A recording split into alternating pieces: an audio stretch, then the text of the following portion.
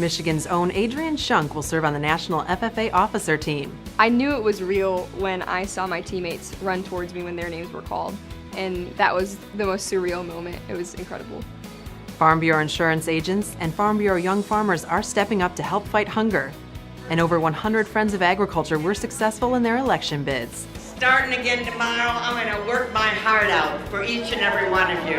I'm Janelle Brose, and this is Farm News 5. Farm News 5 is brought to you by Ford.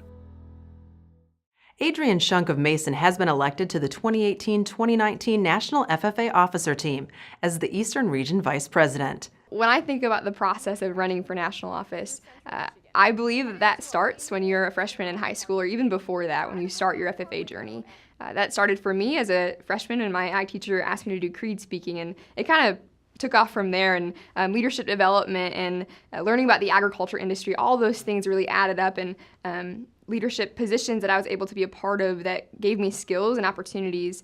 But then when it comes to the meat and potatoes, really, of running for national office, that process starts in May in Michigan. So we have a state selection process, as every state does, and anyone who wants to run for national office at the national level can run at the state level, and each state will select one person to represent their state. So in Michigan, ours was on May 4th. And since then, I've been spending the past 6 or so months preparing for these interviews. From the state of Michigan, Adrian Schunk. So as soon as your name is called on that stage, your national officer coach, Mr. Back, will walk up to you guys, grab you, and pull you behind the stage. And from there, you're a national officer, and there's work to be done.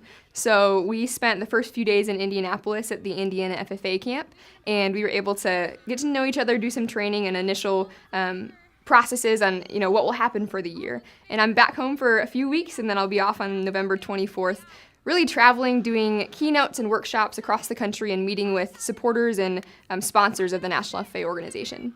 So they say that on average we're on the road about 300 days, or every 2 to 3 days we are on a flight and going somewhere else.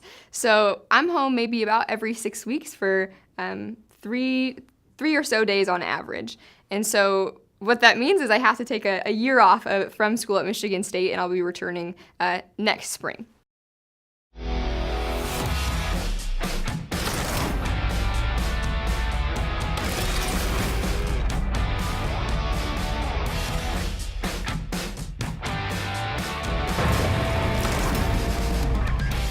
Farm Bureau insurance agents and Michigan Farm Bureau young farmers are stepping up to help fight hunger in Michigan. Agents from across the state have donated more than $500,000 to the Farm Bureau Insurance of Michigan's Agent Charitable Fund. That money will be used to help a refrigerated truck donated by Farm Bureau members Jerry Jr. and Diane Keyline traverse the state, bringing farm fresh food to those who need it most. MFB's young farmers are also donating money and milk to the cause, as is the United Dairy Industry of Michigan. The Agent Charitable Fund started with the brainchild of Merrick Mavis, came up with the idea of all Farm Bureau agents across the state of Michigan, being how Farm Bureau Insurance is a Michigan-based company. How could we be more effective instead of just on a single operation, one entity doing good for the communities that we're in? What if we all became one group doing good for Michigan? Our view is the best way to pull families out of poverty is to help them get a full belly. It helps them with their schoolwork, it helps them get good grades, it helps them to lead more productive lives if they don't have the stress and the worry of where does my next meal come from. We then teamed with Dr. Knight, who manages the food banks in Michigan, and said, where do you need us? What can we do to help? He came with the idea of capturing flash frozen produce, delivering it to schools and food banks around the state of Michigan. So he needed refrigerated trucks. The Michigan Farm Bureau State Young Farmer Committee raises money all year long for the Harvest for All program. When we heard that the Agent Charitable Fund was donating a trailer, we felt that it would be good to fill that trailer with something. Milk is the most asked for item at the food banks, so we thought it would be a really good idea to fill that trailer with Michigan milk.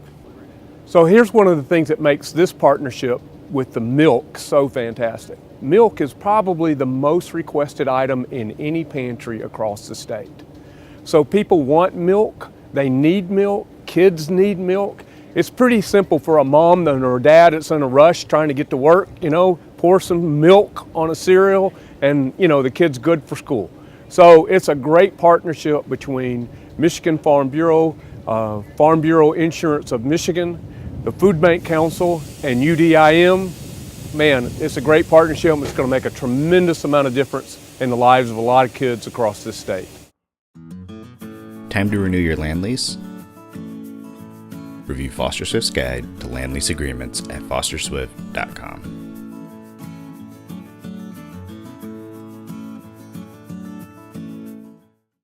Tuesday's midterm election was a mixed bag for farmers.